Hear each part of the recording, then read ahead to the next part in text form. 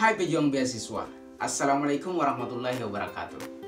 Tahukah Anda bahwa setiap beasiswa memiliki kebijakan tentang apa-apa saja yang mereka biayai? Ada yang membayarkan SPP saja, tapi tidak menanggung biaya hidup. Ada yang membiayai SPP, biaya hidup, tapi tidak menanggung dana penelitian, dan sebagainya. Sedangkan kita tahu bahwa selama kuliah, kita tidak hanya membutuhkan biaya SPP kan? Tetapi juga harus membayar beban-beban lainnya seperti biaya hidup, kos-kosan atau tempat tinggal, buku, komputer, visa bagi yang kuliah di luar negeri, asuransi kesehatan, dan tanggungan keluarga bagi yang sudah berkeluarga. Yang jomblo tidaklah.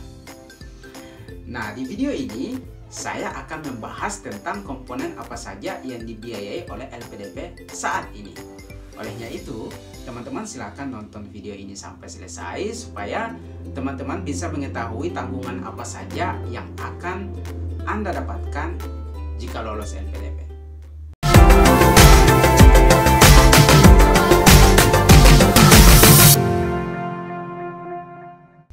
Sebenarnya, hanya ada dua macam komponen yang dibiayai oleh LPDP, yaitu dana pendidikan dan biaya pendukung. Sangat sedikit ya mungkin kita pikirnya. Bisa-bisa beasiswanya tidak cukup saat kuliah. Tapi tunggu dulu, memang cuma ada dua, tapi masing-masing komponen ini dibagi lagi dalam beberapa komponen sehingga jadinya banyak. Maksud saya, sangat banyak. Gak percaya? Mari kita buktikan. Nah, kita mulai yang pertama. Dana pendidikan terdiri dari 6 item, yaitu dana pendaftaran, SPP, tunjangan buku, bantuan penelitian tesis untuk S2 dan disertasi untuk S3, bantuan seminar internasional, dan publikasi jurnal internasional. Dengan melihat item dana pendidikan ini, menurut saya beasiswa LPDP adalah beasiswa yang paling komplit dalam menanggung biaya pendidikan. Lihat saja, sampai ada tunjangan buku teman-teman. Artinya, setiap tahun kita punya anggaran untuk beli buku. Tapi jangan dipakai beli rumah ya kalau lolos. Ada juga bantuan penelitian, seminar internasional, dan publikasi jurnal ilmiah internasional. Ini sangat keren. Tidak semua beasiswa membiayai komponen ini. Belum lagi dana SPP yang dibayarkan full. Tahu berapa biaya SPP per semester? Sangat mahal lah, khususnya yang kuliah di luar negeri. Biayanya sampai ratusan juta per semester. Kita pindah yang kedua, yaitu biaya pendukung. Siap-siap kaget ya. Biaya pendukung terdiri dari dana transportasi, sehingga penerima beasiswa akan dibiayai tiket pesawatnya berangkat dari rumah ke provinsi atau negara tempat kuliah. Dan kembali lagi setelah selesai kuliah tentunya. Jadi kalau sudah lolos, pulang lagi ya. Jangan tinggal lama-lama di negara orang kalau tidak jelas urusannya. Karena itu sudah ada biayanya. Selanjutnya, dana aplikasi visa. Ya, ini mungkin bisa ditanggung sendiri karena tidak terlalu mahal. Tapi bagi banyak orang, lumayan terbantu dengan adanya dana visa ini. Nah, selain itu ada dana kesehatan. Jadi jangan khawatir nanti sakit selama kuliah, karena asuransi siap menanggung Anda. Tapi jangan sampai sakit ya gara-gara mau pakai dana asuransi. Kalau mahasiswa yang ke luar negeri, ini sangat membantu karena tidak akan bisa berangkat ke negara tempat studi kalau asuransi kesehatan kita tidak ada. Selanjutnya, dana hidup bulanan.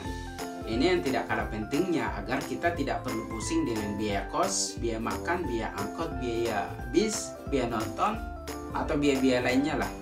Biaya ini cukup untuk semua kebutuhan hidup kita selama kuliah. Bahkan kalau hemat ya bisa simpan dikit-dikit lah untuk oleh-oleh pulang ketika sudah selesai. Kan saya yang ketika berangkat kuliah sudah syukuran potong kambing, pas pulang nggak bawa oleh-oleh minimal gantungan kunci. Tapi sekali lagi dana hidup bulanan ini alhamdulillah sudah sangat cukup. Jadi tidak usah bingung mau cari kerja tambahan hingga harus mengganggu kuliah kita. Kan saya yang dapat C atau E gara-gara sibuk kerja. Komponen yang saya sebutkan tadi sudah sangat banyak kan? Tapi masih ada lagi yang belum saya sebut, yaitu dana kedatangan. Dengan komponen ini, awardee diberikan dana ketika pertama kali datang ke kampus yang lokasinya beda provinsi atau beda negara dengan rumahnya. Ini sangat membantu. Bayangkan baru tiba di kota kampusnya, misalnya Adelaide, terus kita tak punya uang, atau awardee-nya tak punya uang, bisa menggelandang dia. Nah, ada lagi dana keadaan darurat. Nah, kondisi darurat ini ada kriteria-kriteria yang ditetapkan LPDP. Tapi menurutku, mudah-mudahan awardi tidak mengalami kondisi ini sehingga kuliahnya berjalan lancar. Yang terakhir tapi tidak kalah pentingnya adalah dana tunjangan keluarga bagi awardi jenjang S3 atau doktoral. Dulu waktu saya kuliah jenjang S2 masih ditanggung mulai semester kedua. Jadi saya ajaklah istri saya ke Adelaide, saya kuliah di kampus dan dia belajar di luar kampus sambil jalan-jalan tentunya. Nah, tunjangan keluarga ini akan sangat membantu bagi mereka yang sudah berkeluarga. Yang jomblo jangan harap ya. Mereka bisa bawa istri dan anak-anaknya, bukan anak dan istri-istrinya ya. Jadi pikirannya juga lebih jernih karena tidak harus menahan rindu keluarga yang ditinggal di rumah. Sebab menahan rindu lebih berat daripada ujian proposal. Meskipun jenjang S2 biaya keluarganya tidak ditanggung, menurutku awardinya tetap bisa bawa keluarga. Tinggal hemat-hematlah. Kan sayang kalau harus menahan rindu dan keluarganya tidak bisa menikmati kota yang kita tempati. Tapi ini tergantung kondisi dan pertimbangan masing-masing awardi tentunya. Nah, itu dia komponen pembiayaan yang ditanggung oleh LPDP. Kesimpulan saya, LPDP adalah salah satu beasiswa terlengkap dalam hal komponen pembiayaan. Teman-teman bisa bandingkan dengan beberapa beasiswa lainnya. Jadi daftarlah LPDP, tapi bukan berarti fokus LPDP saja. Daftar juga beasiswa lain, terserah mau lolos di mana. Intinya, kuliah dan hidup kita dibiayai, insya Allah semuanya cukup dan barokah. Jika dirasa bermanfaat, silakan share video ini. Dan yang belum subscribe, ayo di subscribe ya. Terus semangat, jangan menyerah, dan saya yakin Anda bisa. Assalamualaikum warahmatullahi wabarakatuh. Bye.